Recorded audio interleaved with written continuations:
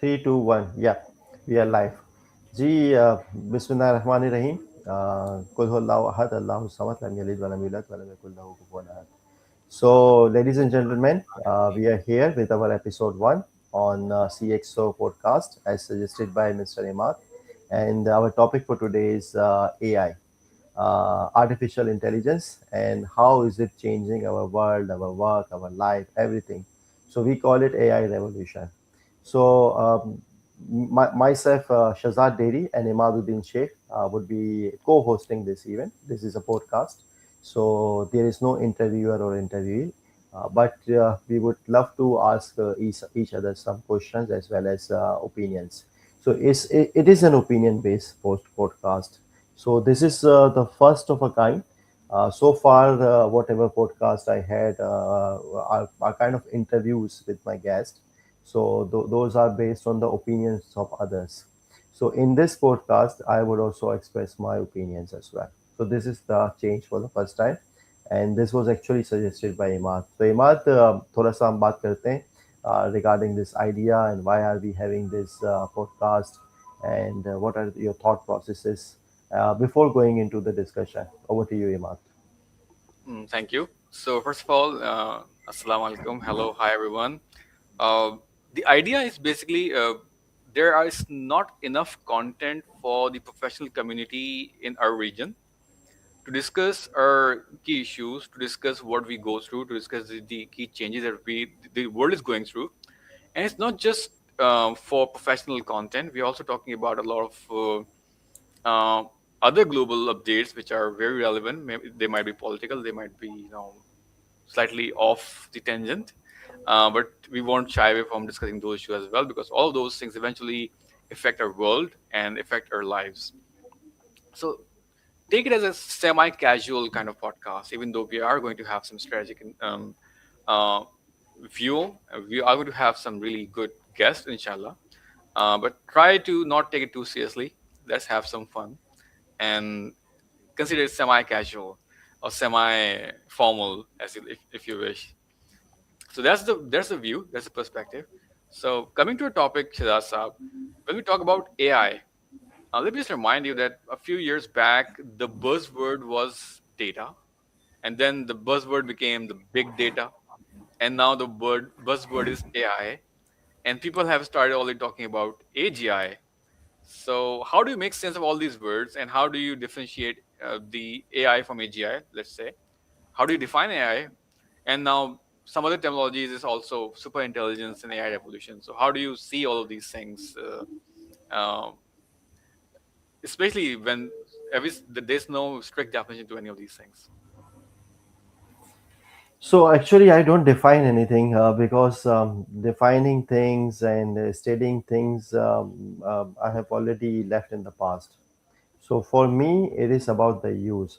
How am I using? Whether I am using AI or whether it is called generative AI or whether it is called AGI or whether it is agentic AI. There are so many terms. So it depends on my objective. So I am more concerned as of today in 2026. Maybe in 2021 or 2022, I might have a similar kind of discussion for AI. And we had webinars on ChatGPT and things like that. But for 2026 and onwards, so I would be love to be discussing about the usage and the use cases of AI. So as far as as we were discussing offline, so most of my day, most of my work is now about getting things done through AI. So But before you, how? I'm Yeah, sorry. Before you get into how you are using AI or what are the yeah. key benefits that we can have, one of the key discussion that we have is there would be a revolutionary change when we move from AI to AGI, right? People are seeing this happening, that AI is growing very fast, AI is improving very fast, but the key concern is the predictability. Where would we Mm. be 10 years from now? So when we say that, how we define AI or AGI, what we are talking about is basically how, when we would know, let's say that AI is able to replace humans in not just the entry level tasks, but maybe on, let's say CXO level tasks. That I would be. think, yeah, I think despite so many discussions and despite so many opinions, people guess that only the entry level jobs or the repetitive tasks are at risk. I think everybody's job is at risk, including the CEO. Um, Artificial general intelligence (AGI) can also replace a CEO, in my opinion. Uh, uh, Poets might also be replaced in future. So far, I think that emotional intelligence is or creativity is something associated with humans and not associated with AI. It's mostly about IQ whenever we discuss about AI. So, but so far, but I think AI and AGI is improving, and in future, I expect that the AI would be emotionally more intelligent. So, for example, you can create poetry right now, and AI can write a very good poetry for you, including the emotional aspects. But right now, my challenge is, can I reproduce a poet like William Shakespeare, a poet like Mirza Khalid? So, right now, my answer would be no. Currently, we are unable to produce poetry like Mirza Khalid's poetry or Faiz Ahmad Faiz poetry. But would we be able to replace and create a clone of Mirza Ghalib? Maybe in future, yes. So I think everyone and every job is replaceable as I see AI. What's your take, Imad? Yeah. Well, the CEO and the founder of Google DeepMind, he had a view on this, and he says that current systems are not able to replicate AGI or to reach AGI. What he's currently saying is, Hmm. he probably said it last week in India, right? So it's a very decent view. And what he's saying is, but he's not pessimistic. He's saying that even then we can reach AGI by, let's say, 5 years or 3 to 5 years. What he's telling us is that AGI, in his definition, is that where AI can do all the works that a human mind can do, and it can Hmm. do at least as reliably. Hmm. So right now, the LLMs that we have in the shape of AI are basically probabilistic models. So they what they do is they have some tokens, they have some words, and they try to predict the future words based on the probability that they have based on their data. The problem is Hmm. that even when they have low probabilities for the next words and they have no high probability to saying, they still produce some results, and that's where they tend to hallucinate. Or even if they don't hallucinate, they don't always provide high quality judgment. Hmm. So they are primarily working based on what the data they have and not really thinking about what they're doing, nor do they know the meaning of what they're talking about. So that's but because it's a very successful model, this is scaling very fast. It has not yet hit a bottleneck of intelligence, so we are using it. But there is a lot of work that is going in alternate, uh, which are developing different kind of models which can do mathematical reasoning, logical reasoning, and which can try to understand, create the models of the world in their own self. So rather than just randomly generating numbers or words based on probabilities, they actually have a model of reality which they try to express when they talk about it.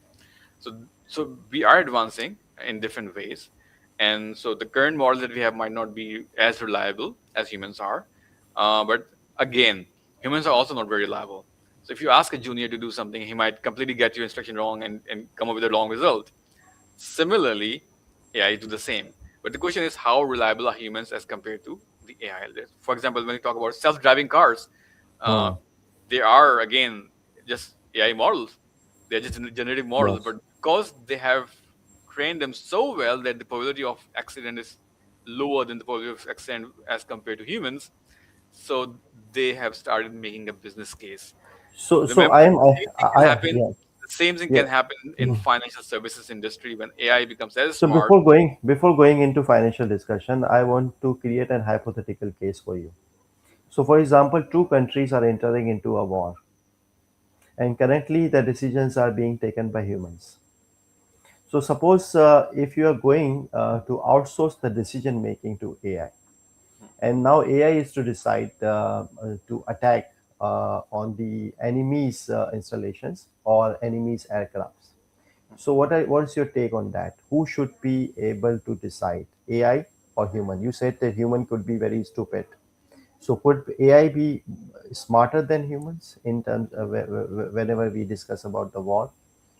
Let me surprise you by telling you that this is not a hypothetical question, Hmm. because this is how Google DeepMind initially started. They started creating a general learning framework, a Hmm. code that can learn any game it plays. So they Hmm. started with very simple and basic games, and they grew it to very complex war games, Hmm. right? Okay. And so they were able to defeat the top global champion, because the AI became so powerful by playing with itself, different strategies, different tactics, and all that. So I'm very sure that different governments around the world already have similar models. They're already wargaming all the time No, and making their models more and more as smarter. I mentioned, as I mentioned, humans are taking the decisions, right? Currently, humans are taking decisions. Would you outsource the decision making to AI? See, AI might be very good at winning a war, but Hmm. when a real war happens, we are not only I'm not an expert, but I followed some Indo-Pakistan news, so I do understand that the only concern is not about winning the war, it's also about containing the damage. So it's also about maintaining how much you escalate something. So AI might have a way of winning a war, which might escalate the war to the next level immediately. So we Hmm. cannot completely, at least what the models that might exist right now. I don't think people can completely outsource that as well. So let's say US, when they attacked Iran, they could not have outsourced the decision making to AI, because AI might have suggested 10 more attacks or all of that stuff.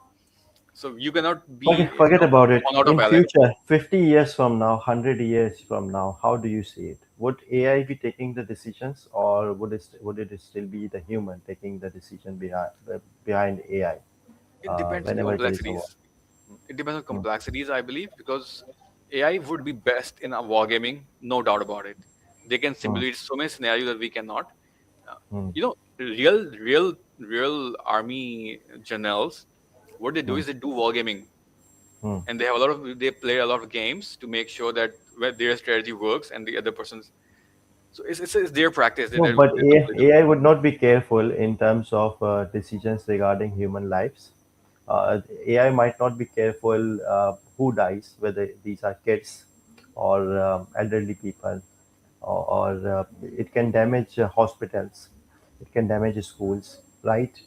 So, do you think that AI, especially AGI, as you mentioned, can be trained enough to not only take decisions to win the war, but also to manage the collateral damage and keep the collateral damage as low as possible? Since we know about the accuracy of AI, so we can manage zero collateral damage through with the use of AI, right?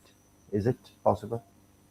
I think that AI would make decisions that have much lower casualties than what humans try to do. Humans are way Mm, more vicious than AI would ever be, I think. But again, if it's about winning a war between two nuclear countries, then of course the AI can have way more destructive ideas than humans would have. But AI, what's interesting is that AI is not being created specifically for targeting people and public surveillance and creating casualties. If you to talk about Gaza especially, a lot of tech companies are tracking people and until they go to their homes, and then that's where they get attacked, and they have specific names for those companies, and okay. a lot of So stuff is going on. Yeah, it comes to another question. There is ethics in the use of AI. For example, as you mentioned, public surveillance. So should AI be allowed for the surveillance? Is kind of ethical question. Now again, who would decide the ethics for the AI? Would it be human deciding the ethics for AI? of course, the humans in power, the governments will decide, and they do decide, and they normally decide in favor of whatever gives them better, more leverage and more control. So there So is no actually specific decision what is ethical and what is non-ethical. like, who would decide? Yeah. So it To is what not the extent? human. To what extent surveillance is ethical upon your citizens? Who would decide that? So, for example, it is not the religion or culture or norms which decide what is ethical and unethical. It is the people who decide what is ethical and what is unethical, right? Like, I don't understand your question. What are you trying to get at? Like, ethics is Hmm. often suppressed by the people who are in power and who makes decisions for their own convenience, right? Hmm. And especially with the Epstein files, we have now realized how the world works.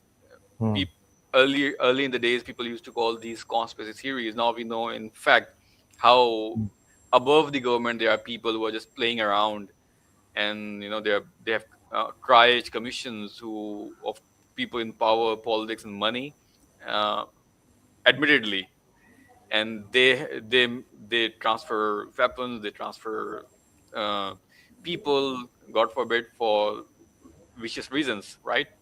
And so these games are constantly being played, and all the governments probably know all of that, right? And but this is something above the governments, and our governments probably enjoy uh, the output of these kind of activities. Okay. So coming to, you have recently created a model on financial, right? You have used Replete, I guess, or some other models to create your own AI on financial IFRS advisory, Yeah. right? Can you let us know about your IFRS advisory? How is it going, and your experience, use of AI, and why did you think about using AI, and why do you think that it can replace the human advisory of IFRS? Basically, I started my own company back in February 2025. Since then, I've been working with different firms, different companies, and before that, I've been working in IFI advisory for the last 4 years.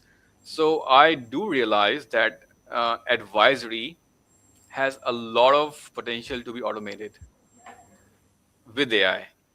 And one of the biggest evidence of that is uh, one company has recently uh, one company has recently issued raised $650 million in capital, and that company is basically automating the work of lawyers, right? So the lawyers can now, get opinion or get their research done via AI, and that company has now raised $650 million, right? And if how risky is the work in law? Can you imagine? And now, because that person has brute force his has written thousands of evals, that person has fine tuned the model to the extent that it is now giving right answers. So that's also my vision in finance, in financial reporting, IFRS compliant financial reporting. So I thought, why cannot my work also be automated? And if it has to be automated, someone who is already an IFRS expert should do it better than uh, software engineers, right? So that's my perspective here, because I've been working in IFRS advisory for a very long time. My view is that this work can be automated, and successfully we have already completed IFRS 16 implementation, which means uh, if you lease contracts, hundreds of thousands of lease contracts, you can automate all of those uh, from end to end, from the contract to the disclosures, um, including all the complex aspects, including all the, for example, termination options, extension options, and all the intricacies of IFRS 16, including the modifications. So one of the key features that I created in that tool is it understands the modification. You can input the data, and based on that, it automatically updates the lease schedule. It automatically updates the journal entries and the lease disclosures, and so no human work is involved in the middle. So that was my objective. That was my vision, because probably all the lease accounting tools that exist right now do not have those capabilities, and so the idea is eventually to uh, replicate those capabilities to other aspects as well, including IFRS 9 ECL modeling, IFRS 15 revenue recognition, and consolidation, and eventually to entire financial statement preparation, including notes and disclosures. So right now, when I tell people say, "Ha, it doesn't seem very plausible. It doesn't seem possible to do that." When you start working with AI and you start fine tuning it, you realize its power. The only problem is that people give up very soon. You have to, keep working with it, keep making it better and better to the point where it works better than humans. So I believe so far what we have tested in IFR 16 tool, it works obviously way better than Excel sheets, way better than what humans do, but also automates the entire cycle completely. Hmm.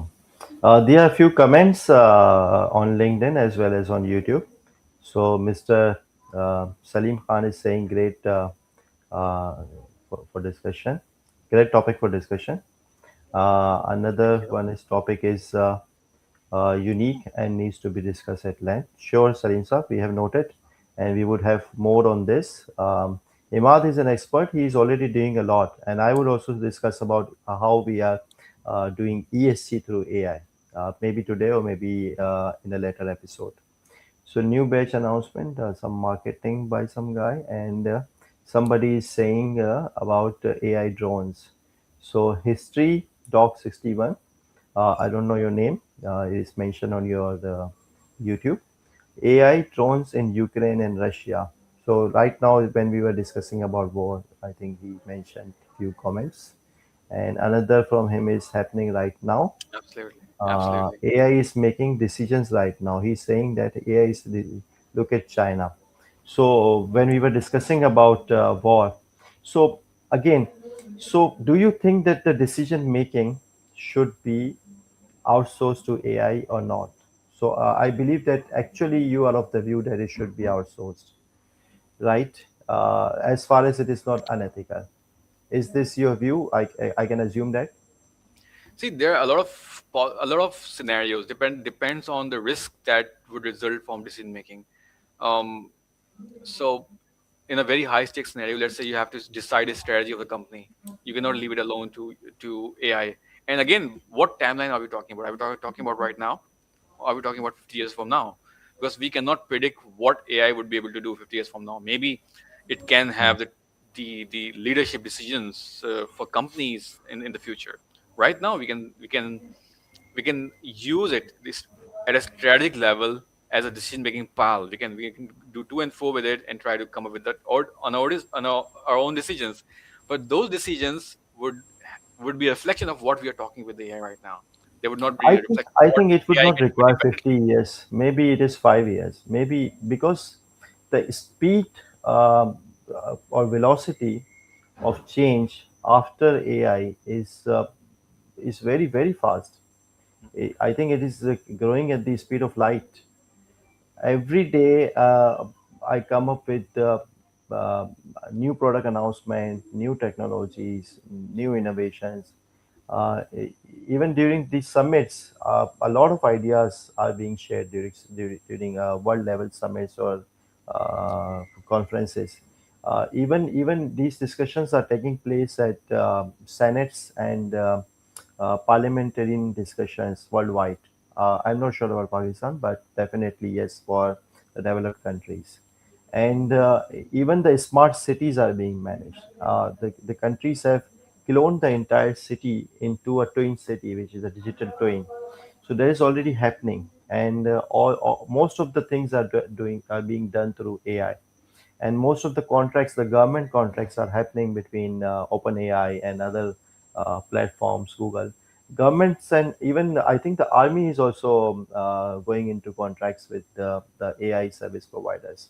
So a lot is happening already, and what asked in the beginning, that is creating a Mr. Khalif through AI, I think it is possible. Right now, it might not look possible. There are serious things which are being discussed. I had already mentioned in one of the events that how can I replicate emotions? How can I put in emotions into AI? And I gave my example in that conference that AI does not go through the pain. For example, death of your mother, uh, uh, divorce, or a breakup with a girlfriend. So AI does not go through these kind of situations. AI does not feel pain.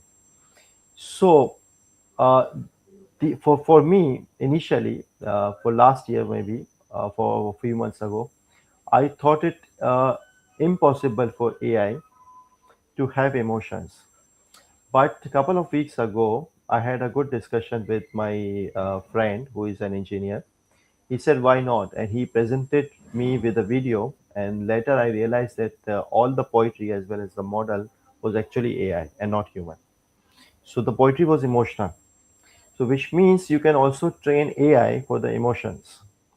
Now the question is, with how would a human behave when his mother dies? So the normal answer is he cries. But human can deviate from this. You can train AI on the basis of a general observation. For example, 90% of the humans cry on the death of their mother. But can there be some exceptions? Yes, definitely yes. A person can laugh, a person can give different kinds of emotional reactions on death of his mother, or a breakup or a divorce. So, which means there might be so many possibilities built into that AI. And once we create so many possibilities of emotions, emotional reactions, so yes, we can create very creative poet through AI. What's your take See, on that? what you're talking about is basically AI mimicking human emotions. Hmm. That's a different point, but AI understanding human emotions, AI feeling human Hmm. emotions, there is Why still something not? that we Why cannot not? Why we cannot not? comprehend. For example, you are creating something through generative AI, and if your response is thank you, do you get any response from the generative AI? I think yes, right? So isn't AI already responsive to your human expressions in your verbal communication? I can See, understand that it would be difficult for AI right now to understand non-verbal gestures of human, right? But is it already understanding the verbal communication of emotions? I think yes. if you're talking about how AI responds to humans, it can Hmm. easily respond to humans' emotions. It can understand Hmm. how we talk, even if we are slightly aggressive in a sentence, they figure Hmm. it out. They talk, Yes. respond Yeah. Yeah. appropriately, right? So that's understandable, and Yeah. it's not a big deal if they start understanding gestures as well. So with Hmm. slight, I'm sure a lot of companies might already be working on it with slight deviations in their uh, eye muscle, nose muscle, lips muscles, body language gestures. They can track it, and based on that, they can actually come up with a Yeah. conclusion about the person's Yes. mood and behavior. It's very, very doable. That's not a big deal at all, given what we have in technology already. So I think in some way, AI's intelligence is more reliable than human intelligence in some cases, not all cases. And whenever you have a kind of controlled environment, for example, anger management, so it's difficult to manage anger by human, but AI can manage anger. AI does not have any anger by itself unless you create some kind of clone or some kind of characters which has anger, right? So for AI, you can manage everything in a controlled environment as compared to humans. The challenge is actually human stupidity, right? And human stupidity can be a blessing in disguise as well. Let's maybe it's a good time to switch this discussion to application in finance, application in Sure. financial services. So, how would you define how reliable is AI and for what purposes? So for financial and for because you require a lot of calculations and you have standards and you have methods and you have laws and you have to comply. So for any kind of environment like financials, like financial reporting, I would trust more on AI than on humans. This is me as a chartered accountant. My view is that I would love to have more kind of AI solutions than human solutions. How do you see that? Do you prefer human solutions over AI solutions whenever we discuss about financial or compliance or risk management? It's very much like self-driving cars. Unless you have not used a self-driving car several times and are still alive, you would be very cautious. You would want some human hands on something, right? Why? and Why? that's how everyone feels right now, Why? because of the risk of errors, because of No, but in hallucinations. terms of financials, for example, if your financial reporting is wrong, Mhm. okay, there is not a life-threatening situation. So let's park the human driving or medical science for later discussions. Right now, we are discussing about financial reporting, the numbers. So we relied on the calculators, right? We relied on the computers, Excel sheets, did we? And we relied very heavily. So actually, these are also technology. Humans were also calculating numbers. Humans were also doing all these things manually in the past. But all these manual work, like computations, like recording, everything was actually automated. At that time, AI was not introduced, but the solutions were there to automate things and to calculate numbers, right? And we used supercomputers or anything, any kind of even calculators for calculations and reporting. So humans have already relied a lot on the technology as far as the financial reporting and the compliances are concerned. So if you take any example of any corporate environment, humans have already trusted the technology. So I believe that human would still continue to trust the AI for its reporting, for its calculations and things like that. And it does not require much effort for human to trust on AI for these. Your take on that? See, the problem is that when we talk about calculators, when we talk about traditional SAS, we are talking about determinism. Their pathways are very logical. The logic is already predefined when we talk about the traditional software. If this happened, then this should happen. If this does not happen, Mm. then consider this. And if this happens, then this should happen. AI is slightly more fuzzy than that, and therefore it's slightly more probabilistic, and therefore it can have a range of different outputs and for the same input. So let's say if you give an AI a single TB trial balance Mm. to make a financial statement as IFRS compliant, Okay. that's what I'm trying to achieve, and all the Okay. notes right. Okay. And if you give it one time, it gives a different answer. It probably designs the financial No, statement I in a think you different are way. talking about Chat GPT. You are not talking about purpose-built AI. I'm trying. I'm talking about a purpose-built AI. Let's say if that purpose-built AI does this is what it Hmm. does. It Hmm. creates a different kind of file statement first time, a different kind in the second time. First time it creates different line items, even though they are all right. The second time it does a different line items. Let's say if it has to That's make a interesting. financial, let's say if it has to make a judgment about what the Hmm. valuation should be or whether there should be an implement testing or not, and Hmm. let's say it misses it because it forgets to, because it doesn't go through a stringent criteria, right? It's going through um, a vague judgment, so it might miss a judgment as well. Humans might do that as well, but under No, AI, we might which rely it means completely. AI is ill prepared and the model is not developed fully. See, model would never be completely developed for any No, particular specified task. You have to if develop it. your purpose-built system is still hallucinating, then there is a problem.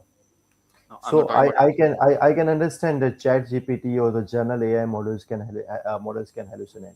Now again, it varies from one kind of like Chat GPT to Gemini. The hallucinations might be different. So I think there are more hallucinations when you talk about Chat GPT as compared to various others. So when you have a purpose-built AI, I think the first thing is one of the check is that it should not hallucinate. See, the problem that I'm trying to present is not about hallucination.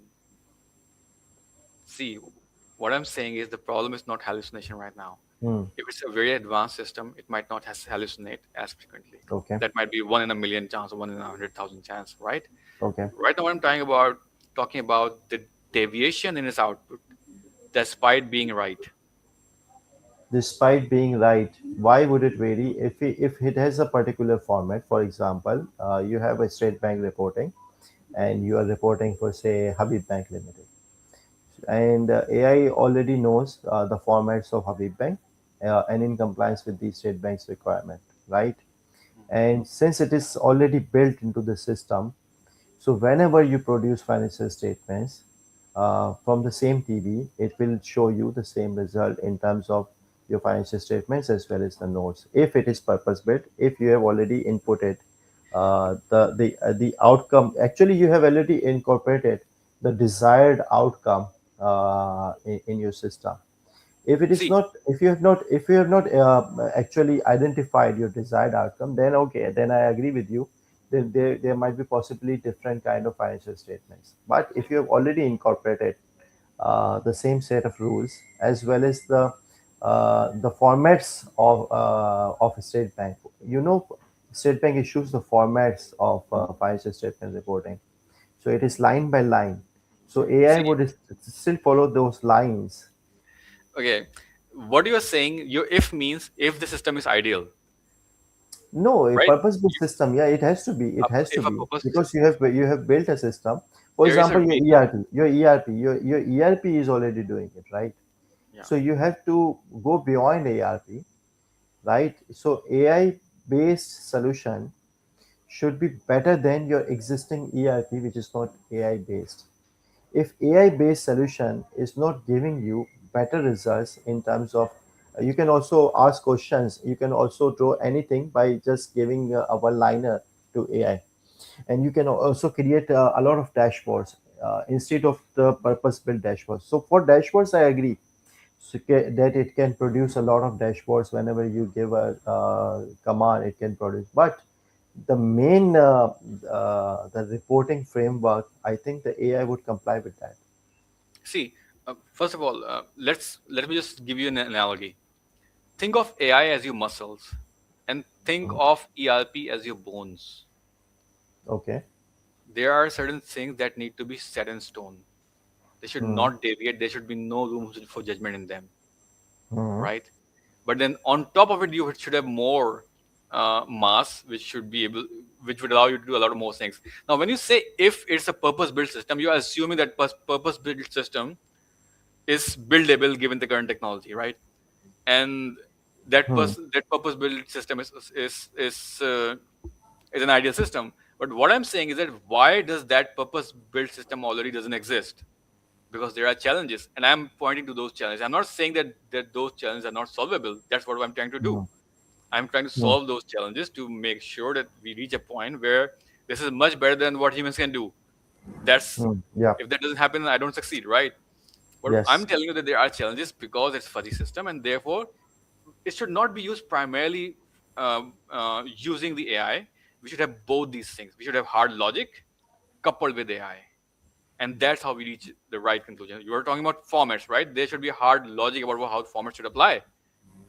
There should not be enough room to deviate from those formats by way of interpretation. So AI could interpret those formats in 10 different ways and may deviate with a stretch of imagination to a very different thing. So we should have a hard logic to what extent it can deviate, right? So that's important. Hmm. Okay. So yeah, any successful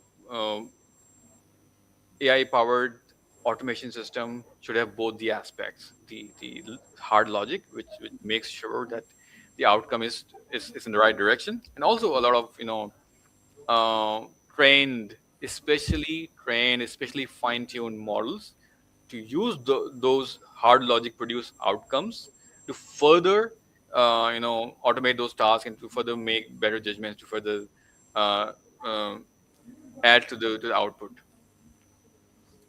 Okay. So for me, if it is AI based ERP, and for example your formats are changed by the regulator, or the new IFRS updates are announced, or new company law is I think introduced in the whatever country it is. So AI should be adaptable easily as compared with your hardcore ERP, because currently if there are some kinds of changes in the laws or the regulations or the standards, you consume a lot of days or maybe months uh, to switch from your current system to a future system. So in future, if all these ERPs are AI enabled, so if there is any change in any kind of law or standard or regulation or format, so I believe that it would be much, much, much easier to convert that system to make it ready according to the new laws and situation. right? So See, I what you're I talking about, I yeah, yeah, what you're yeah. saying is actually way far ahead of what we have right now. No, why For not? Why example, not? We already have it. We already have it.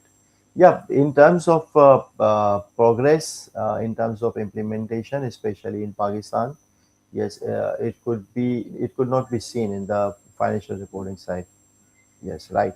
But at the same time, you can see this develop for ESG reporting. You know, a lot of people has worked for manually for decades for financial reporting, maybe hundreds of years for financial reporting, right? But for ESG, people are not still ready, but the AI is ready. AI can capture information in a blink of a second, while a lot of days and months are required accumulating or capturing the same information by human. So I think it is already happening. And if there are any changes in, for example, in GRI, Global Reporting Initiative, or new IFRS is introduced, or any if there is any change in any standard, SASB, IASSB, CSRD, any change anywhere, or maybe your country establishes new framework for ESG reporting, you can build this in system in a couple of days if it is AI based. And I have seen it, and I'm actually giving demo to a lot of companies for that. So I believe that the same thing we are doing for ESG can be done for accounting reporting side, right? absolutely. Uh, but the thing is, we are heavily dependent on few brands. For example, for ERP, we have so and so brand. I can name a few. For example, SAP and Oracle. So since we are dependent on these technologies, they have particular kind of standards. So they are also following all those standards, and these are not AI based. Once these become AI based, or maybe for example, OpenAI introduces an ERP, or maybe you acquire an ERP system from Google, which is AI supported. All the current scenario which you are seeing that it is not looking feasible to you would be changed, and that I call revolution. The heading of our webinar is also for the readiness for the AI revolution. So, are we ready to adopt to new technologies which are AI based? I'm not saying anything is feasible or not feasible. I'm only talking about what is capable, what the capability is right now. So when you talk about updates in IFRS 1 or S2 or GRI Mm, standards, that would require some human to tell the AI or to further mm, train the AI and to adapt it to the new standards. The same would happen to any SaaS system as well. Let's say, for example, tomorrow someone said that you have to now check finance and operating leases in IFRS 16 for lessees. The SaaS mhm. system would have to make a few adjustments over a couple of days, and it can make those changes as well. But for an AI to make those changes to the software code itself and to be very reliable in those changes and not be supervised by any human, that would require super intelligence, which is slightly away from now. But I think it is. I think it's a some level matter of of few days, yeah. not more than few days. All right, but super intelligence does not exist right now, and we have Time to has somehow. changed. Now time has changed. Now, if you still require a couple of months or maybe years, then it means it is strategic. No, It see, is intentional. It is deliberate. couple of months, couple of days are out of the window already. People are wipe coding huge apps, huge software applications just in a couple of days. So yes, you're right Yep. about that. Yep. But humans eventually talk to AI and make it work. Because if you leave it alone to AI right now, if you say something to AI and want an ERP to be created, that cannot happen right now. Mhm. You have to No, it have is it. not complete ecosystem change. I think you are talking about ecosystem change.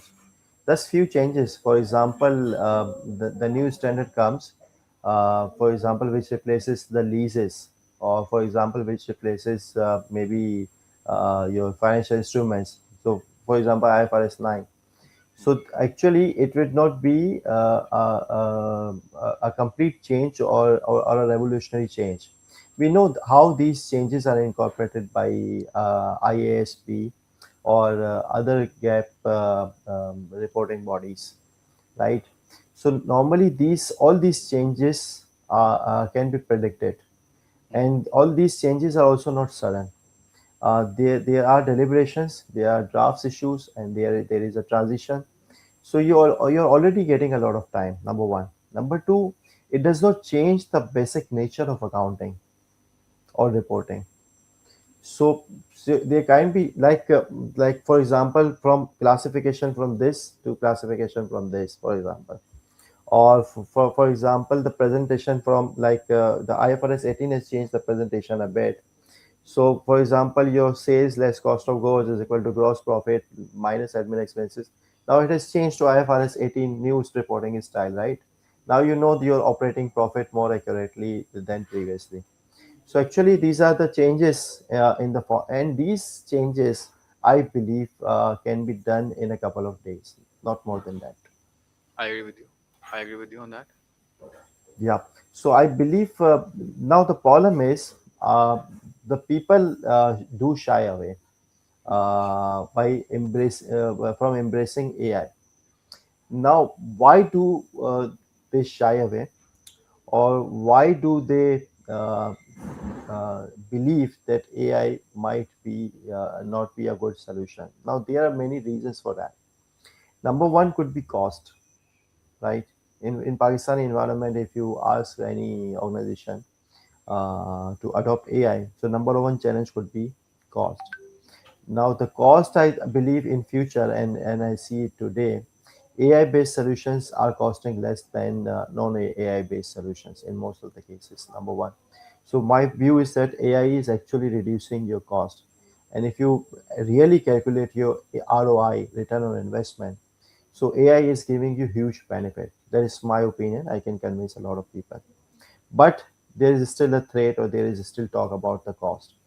Number two is if AI is being adopted and is being embraced by a lot of people who are in IT, information technology department, and if you have a department of say 800 people in your organization, so being the head of that department, you believe that if you adopt AI, you might not require 800 people.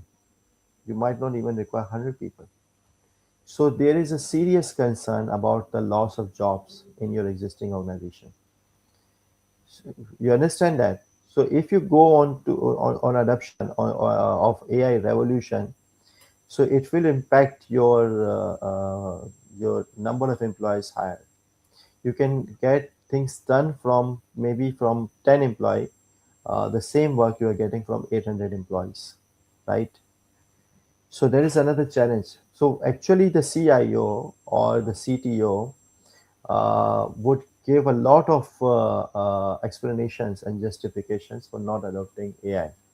This is my view as with discussion with a lot. For example, in one of the company, I suggested for cloud implementation, but there was a huge resistance. Why? Because the company had a lot of data centers, and they had heavily invested, and there were 300 people working for those data centers. So if I was recommending from the on-premises data centers to cloud-based system, so they were sensing a loss of hundreds of jobs actually. So they were very resistant and they were not ready. Now the problem is AI readiness is also a decision of a human. Now your role and my role is to discuss about those things on the fears, on apprehensions, and whether AI is an actually a threat or perceived as a threat. Now, right now, I'm discussing about the cost. I'm discussing about the loss of jobs. I'm discussing about the current discussions being had. There is another discussion which is the data privacy. There is another discussion, and yes, there is an issue in terms of privacy of data and the security. So for example, if you're adopting some technology already, you are also implementing cyber security in relation to the technology you are having, right? So if you are heavily dependent on AI, you should also have similar kind of security for data privacy as well as security. What do you think about that? The first aspect that you talked about, the loss of job, um, is real, but it's temporary, I believe.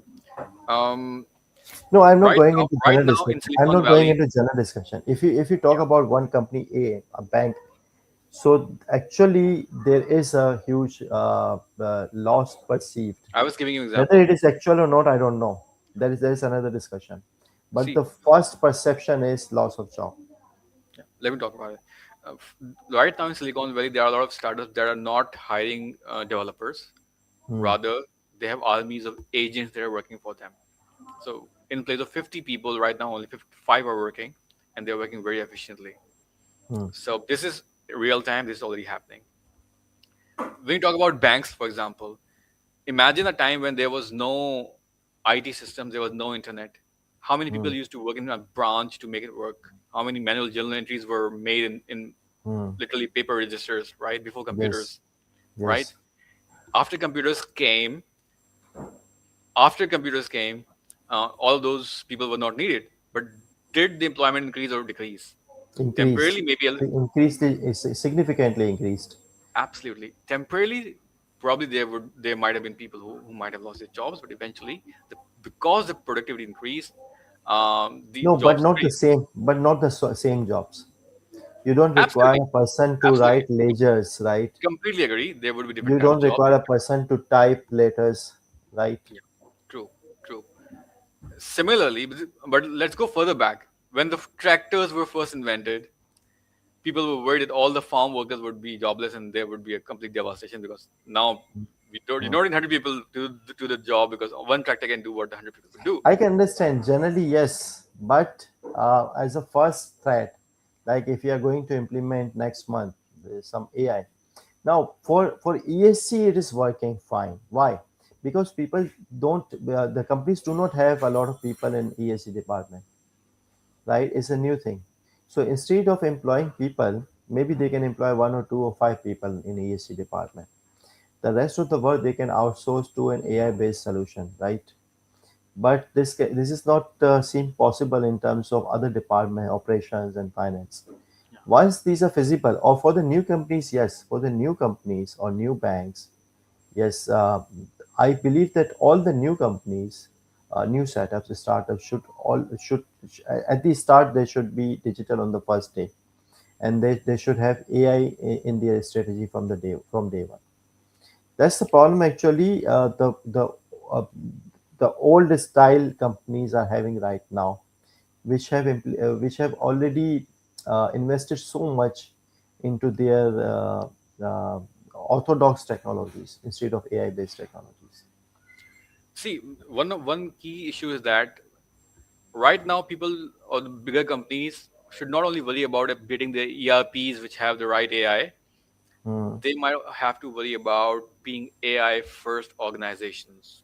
Yes, When something is AI first, then a lot of processes would be completely run differently, would have completely different number of people, completely different way of doing true, things. And so when we talk about absolutely. SAP or other ERP, those ERPs would not be relevant at all because Yes, and that's the future yes, yes, because those companies which are using old ERPs and old systems would inevitably be outcompeted by the new companies or the new yes, generation companies. true, So this is not a choice. This is not something anyone can stop or manually take a decision. This is something that the market forces would decide. true. And so maybe governments can try to slow down or maybe have a better leverage on it so that it doesn't result in huge number of unemployment or any economic distress to any country or to any economy. So they might want to balance things out because once that happens, that kind of revolution comes up, uh, we might not be ready for it. Even you and I might not be ready for it. We might have see some change. We were not ready for COVID-19, right? So we don't know how abrupt that change may be. That might be slow, that might be fast, but it might come in ways that we do not expect. No, but some of us and some of the companies were very resilient and adaptive to COVID-19.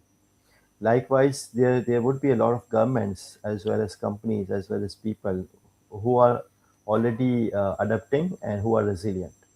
Now the question is, how do you see Pakistan or other countries like Pakistan? Are they the leaders in terms of technology, AI, or things, Are they followers, or are the people who lag behind?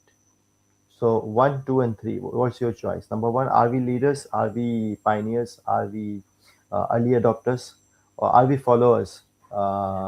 Do we follow leaders and we just adopt with the passage of time, or do we lag behind and we suffer a lot of losses in terms of our lives as well as for our economy as well as for our companies? That's the problem with third world countries. That Yeah. as AI grows, as its influence grows, the inequality will increase, even Yeah. within each country, within the Hmm. developed countries as well. But when you compare it between a developed country and an undeveloped country, that would be, you know, enormous. So Hmm. this is an alarming sign for us. Maybe we can try to, as an emergency, the developing countries should try to uh, train their new generation, give them vision, and try to be ahead in um, AI race. But given the fact that it requires a lot of investment, given the fact that it requires a lot of high end technology, cutting edge knowledge, uh, we are really not set for success in this domain. Do you think we should invite a lot of people to discuss about our apprehensions and questions? And who do you think we should invite? Should we See, invite some ministers, or should we invite some corporate leaders, or should we invite academia? Because academia develops the students, right, and the curriculum. What's your thought on that? I think this is a slightly bigger problem than any particular minister can solve. Hmm. When you see Saudi Arabia, mashallah, when you see China, Hmm. they have sent like thousands of students, Hmm. hundreds or thousands of students, either hundreds or thousands, to US to study, Hmm. to get the technology, to work in their companies, and then they come back and bring their technology, bring their knowledge, and then we see homegrown companies, grow and compete with global companies eventually. So that's a Yes. very long-term strategy. You have to have a Hmm. vision for your generations to Hmm. be able to deal with these kind of situations, these No, kind of but challenges. since you said there is no use of minister, but ministers are already talking about AI policy. So what about, are we not going to ask them about their AI policies, or maybe at a later stage advise them about their AI It's not policies? about the domestic policy, it's about the global competing forces. But still, Pakistani ministers are talking about policies, right? We already have some kind of policy, digital Pakistan or something like that. So what's your view on that? Should we invite those in our future discussions? Some of the ministers, some of the corporate entrepreneurs or CEOs. Would it add value discussing with these people, or do you have any? Don't you have any hopes with them? As long as you can have fun talking with them, that would be nice. Okay. But I So it's personally don't fun. have much hopes about something can really Okay. change because these are really big global forces. I don't see any particular country able to do this unless they are really committed from top to the end, which I do not expect anyone to be. And so, yes, Hmm. we can have some fun conversation, try to see what they are thinking, what they're seeing, how they're seeing the Hmm. world. That would be a good way of gauging whether we are uh, set for complete destruction, or maybe we can survive in a way that's doable.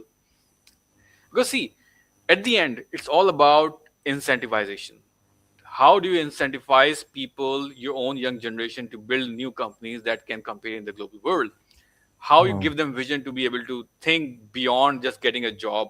How do you train them to know that if you start a company, you have to raise capital and eventually become a company? That particular story of any successful startup, that should be inbuilt into the university students when they are in university, and that's where we might eventually get some spark. And even if we do get some spark, those people, for all the right reasons, may want to register their companies in other countries because they don't want to face any restriction in their client acquisition in any country around the globe. So they would want to have different restrictions in different countries. And so again, if you talk about from the national perspective, let's say, if you want to talk about from national perspective, this might not still bring fruits inside the nation because of strong foreign exchange controls and current state of economy that we are in.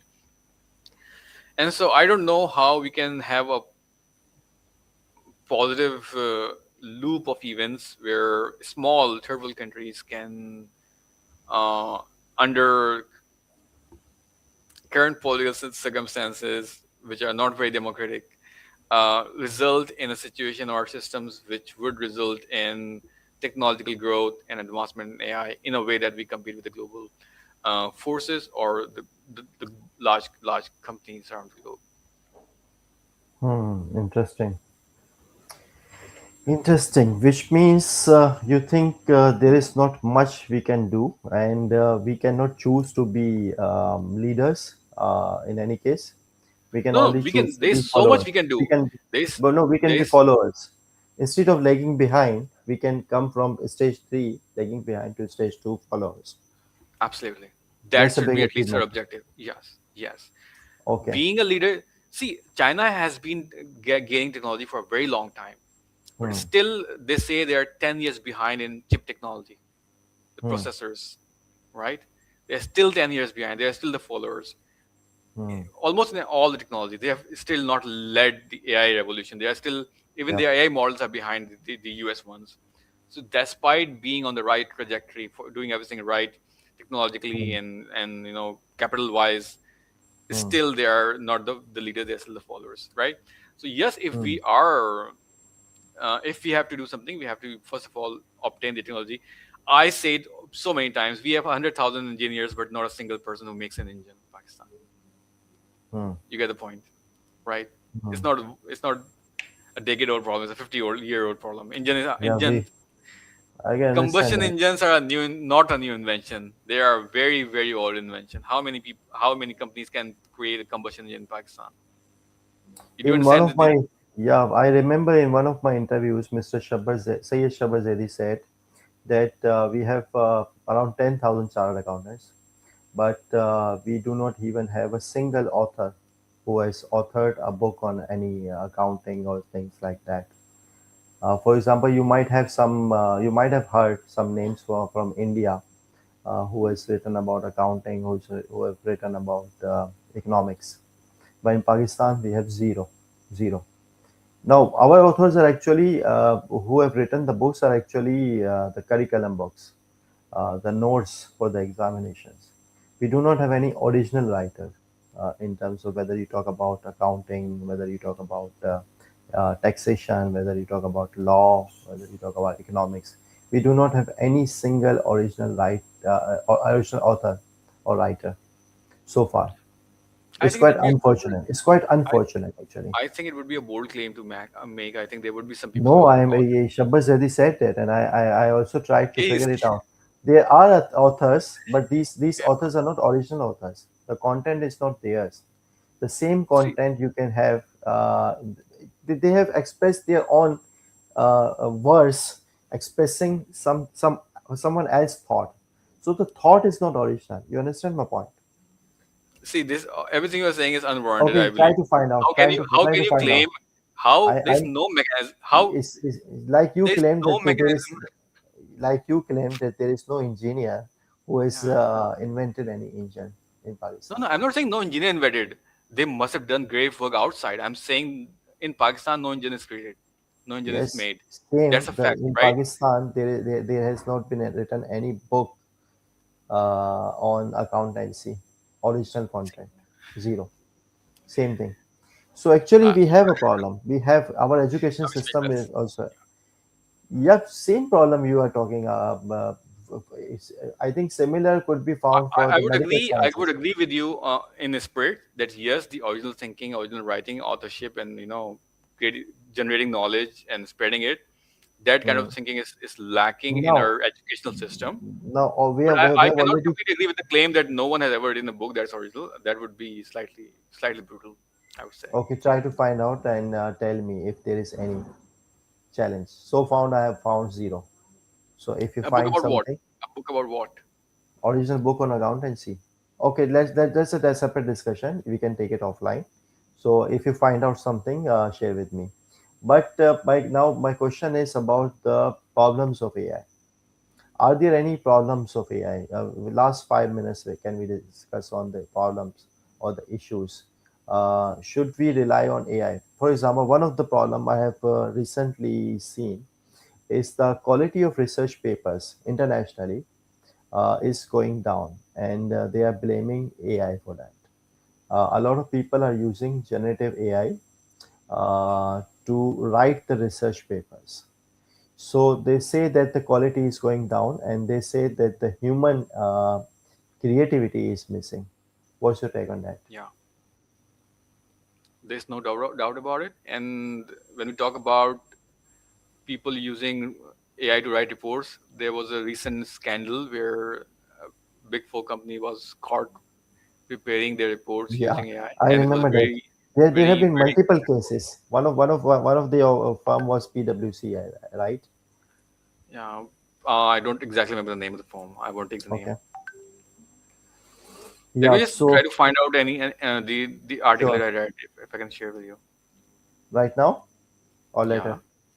right now, why not? Okay.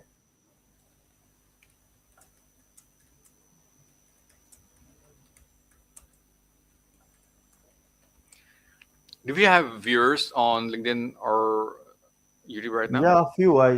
There were a lot of viewers before some time, but I think currently we have a few only. Yeah, Yeah, you basically can it was share. $40,000 report.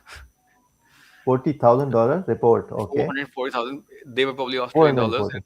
Hmm. and the report says it was $290,000 report, and they use AI, and it was Deloitte, by the way. Okay, This is so this this is is probably one the of the case. I think there have been multiple cases reported in various countries. You are referring but to Australian case. yeah. Basically, when I searched Big Four firm used AI to write a report Okay. scandal, almost Hmm. all of the top results are about Deloitte. So this was the most famous one. Okay. Okay. So they used report AI for their report writing. Yeah, let me share with you So the what was the article. issue? Okay, they use the AI. So what's wrong with that? Is there anything wrong with that? There were critical mistakes in that report. They Okay, were that's the referring to problem. wrong people and wrong, they were referring to wrong sources. And so So when it you are was actually hallucinations, and there was no human review. there, absolutely hallucinations were in the final report. See, using AI is not a crime. Yes, Using AI is that's my nothing point. wrong about it. The Yes, problem is how you use it and how you abuse it. So if you are relying on AI to write your whole report, you're not doing your own due diligence, despite the yeah, fact that you're taking a that's the problem. huge fee for that report. That's where unethical practices come in. Yes, and there was no fact check actually. Yep. There were a lot of So that's hallucinations. yes, right. And quite a few newspapers in Pakistan have also been found out using AI. And there was so much on social media. Maybe if you have something you can show on the screen. But I think a lot of people know this that use of AI was caught, and not only from the content, but also from after the use of AI. Normally, ChatGPT asks you if you want me to do so and so and so, I can also do this and do this and do this. So the Yeah, same was exactly copy pasted in an article by one of the renowned newspaper in Pakistan. yeah. You told me that before, earlier as well. Yeah, but you I have sh- also seen that, right? So you have also no, no, seen I that. haven't seen it. I heard it from you, but Okay, I it's will see. completely logical, completely I will understandable. send. This happens very, I very will frequently send to with you. people. Okay, but Sure. that was already on a lot of social media as well. It So happens actually, in firms as well. People when people give their work for review to their seniors, they find out that they have this kind of hmm. maybe No. export to So Google so Sheets or what's your whatever. view? What's your view on use of AI? My view is that there is nothing wrong in using AI, but if there is any article, any image, anything is generated through AI, a disclaimer should be there that the AI has been used to generate this.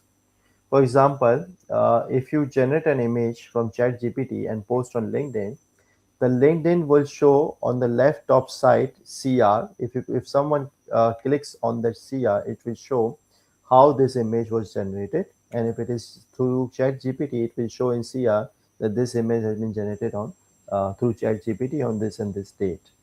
So this is auto recognized by LinkedIn, right?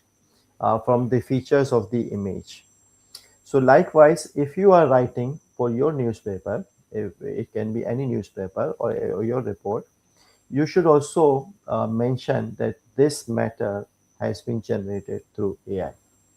So I believe there is nothing wrong, but there should be rules and there should be ethics. And currently, we do not have any standards or code of ethics for the use of AI anywhere. Do we See, have any such standards? For example, ICAP. Does ICAP have any code of ethics for the use of AI right now? No. Does IBA have any code of ethics? I don't know if they have any code of ethics for the use of AI. So I think all the institutions, whether it is academia or maybe the corporates, maybe the newspapers, all should have a policy regarding use of generative AI. What's your take on that? see, first of all, if you are talking about credits and you're giving credit to AI, Hmm. then people would naturally be uh, less eager to read your content. If you're saying that this content was Okay, partially okay. generated by AI, There is one thing. And suppose if you don't disclose and they find out that your content is AI generated, then the okay, let situation me is start worse, I think. assessing. Let me start assessing your concern, right? So this Yeah. is one concern that if you simply disclose, so let's say if Big Four write the reports and they say that AI was used in generation of these reports, Whatever, uh, whatever, not the complete report. The part they have generated through AI, it should be yeah, mentioned. if they can simply say that AI was used in generation of this paragraph, let's say, that would be absolutely weird. But Or if they, image, or data analytics, or some figure, or something, anything. Yeah, yeah, but the problem is specifically. this does not resolve the core ethical question.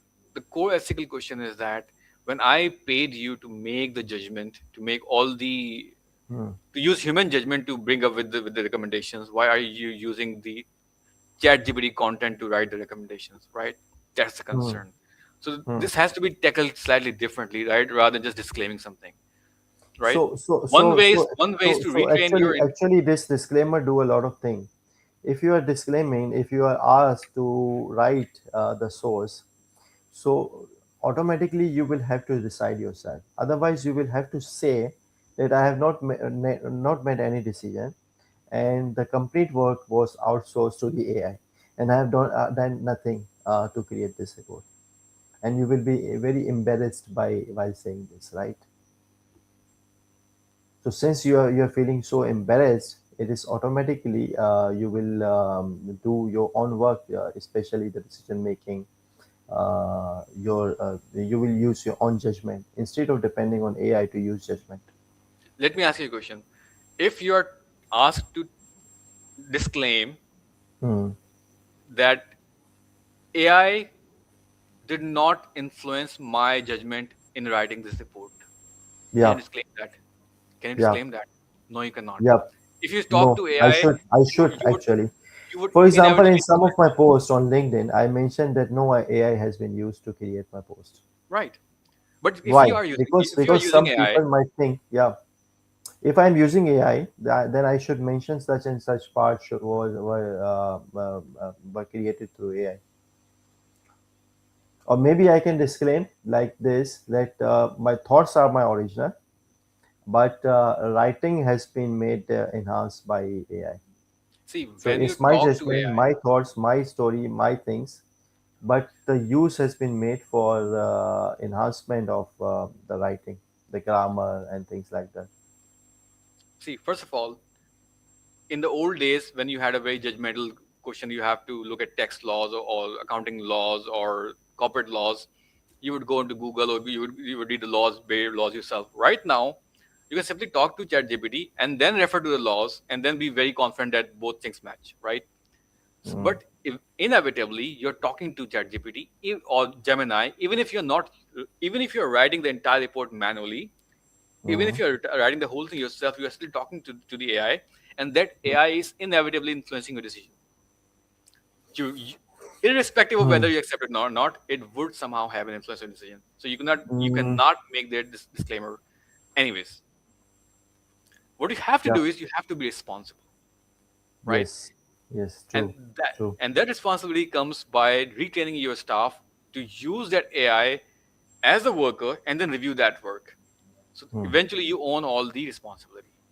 But if you fail in that review to the extent that you are bringing out those sentences where it says, I suggest that, I would do this for you, I would do that for Okay. you. Simple question: are you in favor of generative AI ethics policy by companies, by governments, by institutions? Gen Yes, AI absolutely. code of Absolutely. ethics. Absolutely, yes. Actually, I was referring to that at the start of my question. I mentioned about the code of ethics for generative AI. Now, what should be in the code of ethics? If we can discuss it separately. Yeah. You said that this requirement of use, whether AI was used, whether it should be mentioned or not. So you disagree it should not be. I No, said that there must be I did some not disclaimer or entirely some disagree. mention. I'm saying even if you mention it was agreed, Hmm. you use it, Hmm. is still the core ethical issue is not resolved. Yeah, that's understood. That's understood. But at least you can at least you are communicating with the world whether you have used AI or not. So my point is, if the newspapers are already using AI, they should disclose. If an Yeah. article has been produced through AI, I should be knowing. Being a reader, I should be knowing that it is AI content or AI assisted content, not purely human content. And if some article is purely human content without use of any assistance from AI, including the thoughts, including brainstorming or whatever, if it is purely human created, I should be aware that it is purely human created. You understand? I do understand that there could be journalistic standards, there could be accounting standards which would define that you have to disclaim it. And maybe in the beginning it would be painful, but eventually, if all of them write, let's say all the firms, all the big four firms write on the reports, AI assistant was used, I then I, I it would think become a norm. It would become a normal we thing would and be not a in a big deal. serious problem. I think we would be in a serious problem in future. Uh, when 99% of the content would be AI generated. And Even we how might would be you? able to produce Mirza Ghalib and Faiz Ahmed Faiz. So we should be able to identify which is original Ghalib as human and which is AI generated Ghalib or versions of Ghalib. AI version of Google, AI version of OpenAI, AI version of Pakistan Institute of AI, or whatever. See, You understand? what you're talking about right now is impersonation, which is a Huh. completely different story. It's a completely different story. It is happening right now Yes, on TikTok, on yes, YouTube. People are yes. being impersonated with AI, and they cannot Even do anything before about it. even before AI, I have read and heard a lot of uh, uh, poetry work from Ahmed Faraz, which have actually not been written by Ahmed Faraz. So there are a lot of poetry which say Faraz, Faraz, Faraz in the verses, but those verses are not written by Ahmed Faraz actually. There are a lot of verses associated with Ghalib, which were never written by Mirza Ghalib. There are a lot of verses that associated with Allama Iqbal, which have never been written by Mr. Allama Iqbal. So we have already gone through a lot of content. There are a lot of, for example, hadiths, which are actually not hadiths, which are not written anywhere, but which are quoted randomly, and which are very famous, Yeah. which are So not even in the six books mentioned by Sunni or books mentioned by Shia Muslims. So none of the authentic books have those hadiths, but these are very common actually. They are used in daily life. So before AI generation, we are already dealing with such challenges, and after AI generation, how can you imagine the challenge? see, if you're talking about impersonation and people using their voices to clone their voice and face, whoever would do that would do that with a malicious intention, right? And they would not Not disclose it necessarily malicious intention, not necessarily. for Maybe fun, with a maybe good, maybe fun, maybe maybe. not even for the fun. maybe for the right things. Maybe they want to spread something good, Hmm. but they are using someone else's name. You understand? Like hadith. Hadith, even if the hadith is not in the six authentic books, still the hadith talk about the good things to do, right? So people try to associate good things with some personality. For example, Prophet Muhammad, or for example, Hazrat Ali. So people try to associate actually what are they trying to convey with some personality name. So the intentions are not bad. Intentions are good, and the quotes are not bad. Quotes are very good actually, and these are not for fun. You understand? So human human intentions can vary actually. Yeah, obviously. And see, when we're talking, I'm just trying to ask how it's relevant when we talk about the ethical standards for AI, because whoever is doing these things is Hmm. doing for the purpose of deception, even if No, for but fun. he would be punishable if found guilty. He would be punishable. The standards and codes and laws are to punish people, actually, so that so that they are very serious and whether to commit that mistake or not. That makes So, sense. Yes. yeah. So actually, it should be a sin to create something unethical through AI. आप इसको sin You कह are लें, you आप you उसको and I गलती cannot कह लें, decide. आप उसको कह लें. You and I cannot decide what is sin and what is not, or what is नहीं, legal and sin what is is not. But again, sin का मतलब वो इस्लामिक सेंस में नहीं कह रहा हूँ. I'm saying that it should be a crime actually. And the level of crime would also, and actually in future जैसे मैं देख रहा हूँ ना फ्यूचर में एआई में, तो मैं समझता हूँ उसमें बहुत सारे लॉज आएंगे और उस पे कौन सा एक्ट क्राइम है और कौन सा नहीं है, कौन सा जो है वो उस पे वो सीरियस क्राइम है, कौन सा जो है वो छोटा क्राइम है, ये सब डिसाइड होगा. देखिए जब आपकी पूरी दुनिया ही एआई पे चल रही होगी, आपके बहुत सारी चीज़ें, आपके डिसीजन, आपके डिवाइसेस, आपकी कम्युनिकेशन एआई पे होंगी, तो फिर हम एआई रिलेटेड लॉस नहीं जी रहे होंगे ना. आपके जो फ्रॉड्स अभी भी बहुत सारे हो रहे हैं उसमें because एआई का AI use. risk AI AI. risks would be so immense that we would have to figure out how to mitigate those risks, and अच्छा, it would दोनों not be साइड है, possible दोनों sides without है the ना एक. standards and without the laws against them. And so this would eventually become So inevitable. That's what you're currently, saying. as of today, you can use AI to create frauds, fraudulent transactions, right? Right? You can use AI for fraudulent purposes, and at the same time, you can create AI to control and minimize those fraudulent transactions. So Yeah. both uses are possible. Technology is as good as technology. It depends on human intentions. Yeah. But the problem is when we have more and more power, it's more and more likely to be used in the wrong way, and it eventually gets used. Especially, it depends on how we define right and wrong. Right now, there's a very big company that's in the news. It's called Palantir, and what it does is it tries to get defense contracts from all the governments, and it Hmm. tries to uh, provide the best surveillance services, which many people are now calling unethical and in the wrong way. But with power, a lot of these things open up, and therefore Hmm. with power comes responsibility, and there should be some way, some standards, some code of ethics to to impose that responsibility upon people who are using it or who are enabling its benefits. Hmm. Palantir. Interesting. Yeah, penalty is hot right now in the news. Uh, can I show my screen to share whether it's the same thing or not? Hmm. Share Sure. screen. Palantir news. Yeah, yeah. Can you see my screen? It's starting to appear. Yeah. Palantir. There are a lot of news. Mad police using AI tools supplied by Palantir to flag officer misconduct. So it's a good thing actually, right? uh, Most people on YouTube would say it's not a good thing. Okay. It grew very fast. It's now a Okay. $250 billion company now, Okay. and Why is Palantir so controversial and what prompted its move to Miami? Palantir Ds are a threat to our data rights as UK citizens.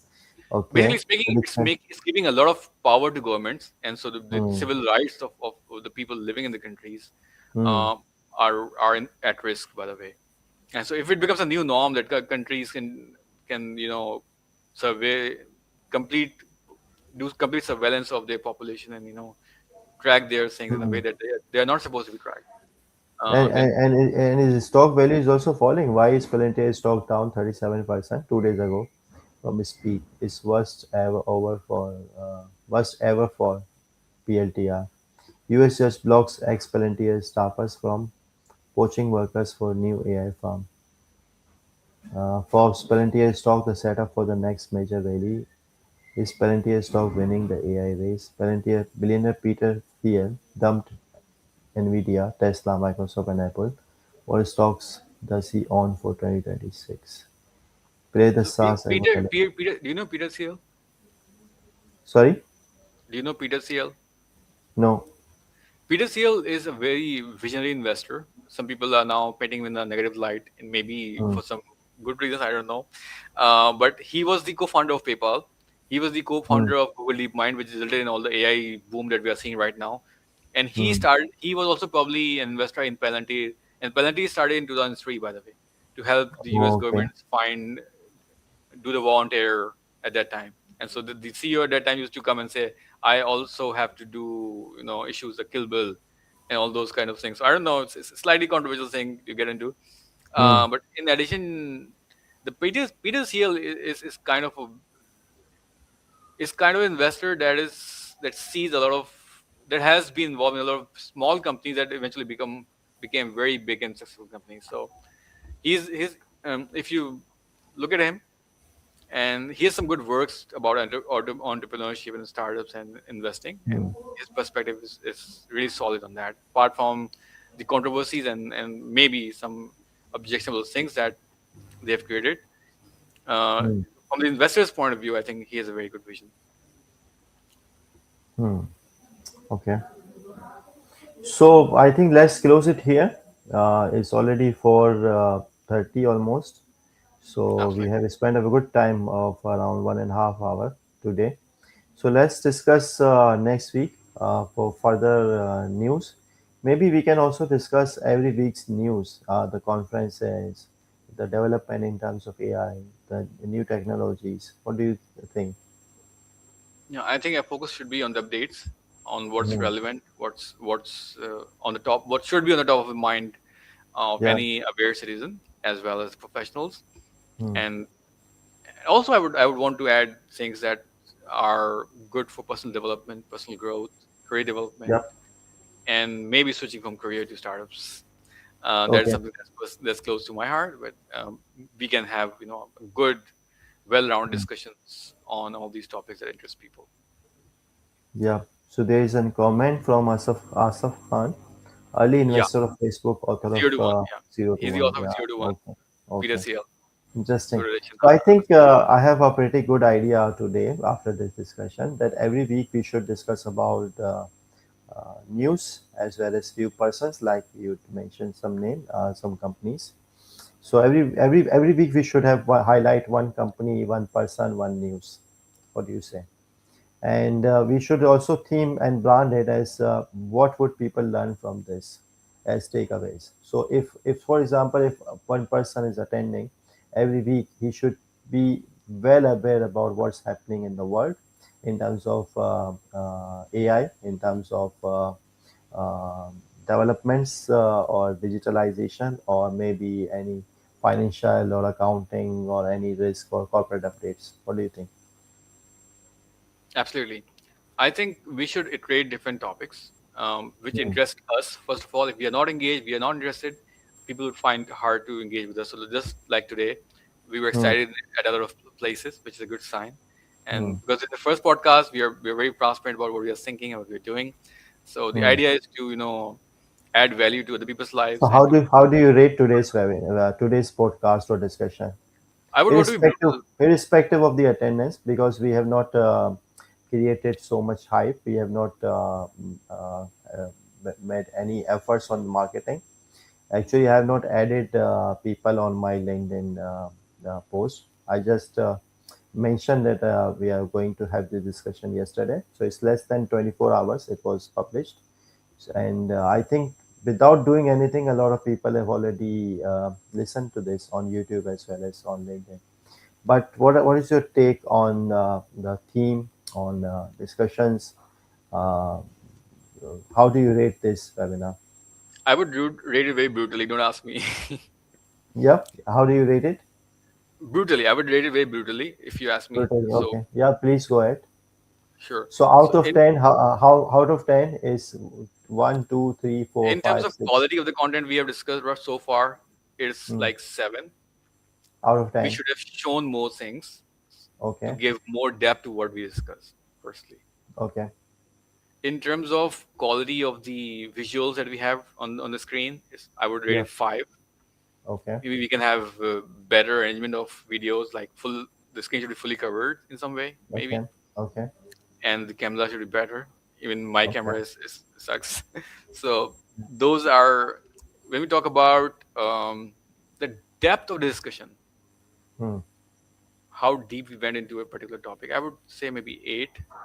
Okay. Um, Thank you. Good. Yeah. by the way, I'm not your guest. I'm I'm the co-host, so don't treat me Hmm. like one. Hmm. So Yeah. how would you rate today's podcast? By the way. Yeah, I think we can make a lot. I asked this because I have read it somewhere that your first webinar or first podcast is going to be bad, but you have to do it in any case. But if my bad one, the first one, which is the bad one, if it is so good, it is still taking a ranking of even 5 out of 10, which is a good achievement for me actually, because you have not ranked anything below 5, even if it is ranked as 2 or 3, being a first podcast, and we are actually experiencing. And let me tell you honestly, there is the first podcast I am doing it in English.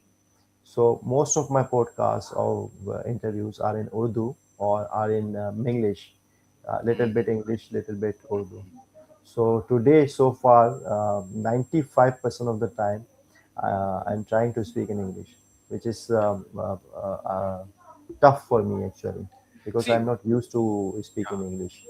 the problem is if we don't speak English and we start in Urdu, we might not be able to, you know, reach a lot of people in South India. We might not be Yeah. able to reach a lot of people in Bangladesh. We might not be able to reach a lot of people in the Middle East, in the UAE, in Saudi, and of course any person from Central Asia, the rest of the world, of course. But I'm having difficulty because if it was in Urdu, I could have quoted Ghalib's poetry. I could have quoted anything else which I know in Urdu. So there are a lot of things in my mind. The most of the literature I read is in Urdu actually, or, Yeah, or, no, whatever I beautiful. listen, whatever I view is mostly in Urdu. I live in Pakistan. I most of the time my language I speak at companies, at work, at home is Urdu actually. Yep. But actually I'm also learning. So as a learning, how would you rate this as a learning experience? As a learning experience, I would rate it. Yeah, we learned quite a bit by this podcast itself. How we would share screen, how we would share the content. Maybe I think there's a lot of depth in what makes a good podcast, and we will learn. There's a lot to learn. I think the more we explore, the better. Hmm. Okay. So let's close it. We have By the already way, exceeded. Yep. let me ask you a question. How would you rate uh, this podcast in terms of engagement? How engaging was it? I don't know. People can tell us. For me, uh, both of us were very engaged, and we discussed open-heartedly, and some of the points we disagreed as well. So you had a different point of view, I had a different point of view, but there was no controversial topic today, and actually most of the things actually we are aligned, except for few things. But in future we might have some kind of topics where I have a different view and you have a different view, so that people and audience have at least two views instead So, of one. yeah, in my view, the engaging rating would be like 5 out of 10, and Okay. that's primarily because of the topics. First of all, Hmm. we have one topic, and it did not have so many different. Even though it had a lot of angles, but Hmm. not all those angles were coupled with something very interesting. Firstly, Hmm. secondly, sometimes we dragged a little bit more into things that we did not need to. Even though going on tangent sometimes was good, but we Hmm. dragged on certain topics which wasn't in the most engaging or interesting thing. So, from interesting and engaging perspective, I would give it 5 out of 10. Okay. So actually, it's an achievement being the Perfect. first one. Okay. Okay, let's continue the series. And number two, would you love to have some more guests? So we have a third opinion. Absolutely. As long as he's not a very boring person and he's ready to have fun with us, Okay. it would be good to have guests, inshallah. Okay. And it was Okay. great starting this podcast with you, and all the audience that are saying is thank you for your time. Thank you for bearing with us. Do let us know if you want us specific topics. We did read the comment recently, but I could not recall it, about the investment and trading related topics that the person shared. But we would like to, bring up topics that you really want. Yeah, Better podcast. Asaf Khan is listening, I think, for so long. He's still here and he's saying better podcast. Engagement was good. Yeah. Thank you, Asif. So Asaf, it is our first one. We would be getting better and better and better with each episode, inshallah. Thank Thank you, Imad. All thanks to you. You convinced me for this podcast. Thank you, We Asaf, would, and thank you for the audience. Thank you, Asaf, for being such a nice commenter. yeah, And don't forget to join us next week, inshallah, at the same time, on Thursday, 2 p.m. UA time. yeah. It's GST actually, Gulf Standard Time. Absolutely. Okay. So this is Shehzad Dhedhi signing off. Bye bye. Hafiz. Take care.